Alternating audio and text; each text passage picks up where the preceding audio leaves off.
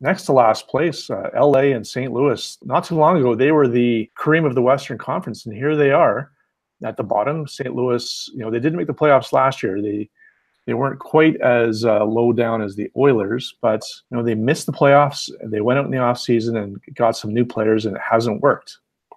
And at the time, I thought Doug Armstrong, the general manager, was making some very astute moves. He traded for Ryan O'Reilly and gave up Patrick Berglund and Sobotka, two players that didn't fit and made lots of money in St. Louis. But O'Reilly's been their best player, a really good two-way player. And they signed Patrick Maroon in the summer, the former Oiler.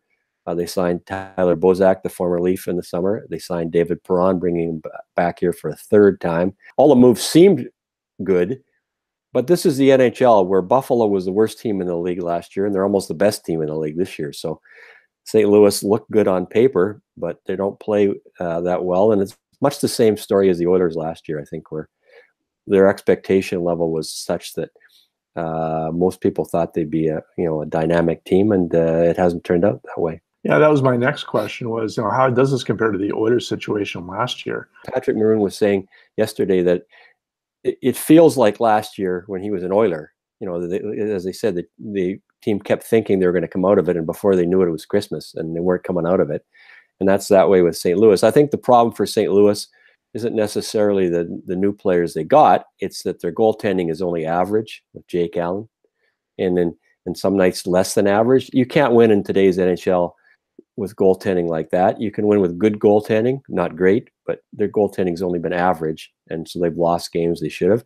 They played really well against teams that are good, as the Oilers did last year. They won some games. You said, they're just coming around. But the teams that aren't so good, they're losing to. The Kings and the Blues, I think, are kind of mirror images of one another. They should be better, but they're not.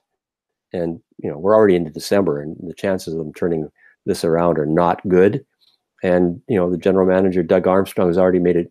Got rid of his coach Mike Yeo for the former assistant coach Craig Berube. So he's pulled that card. But I think at the trading deadline in February, if they're out of the playoffs, they've got lots of players they can trade to other teams. So some of those players that they were counting on will get traded in February.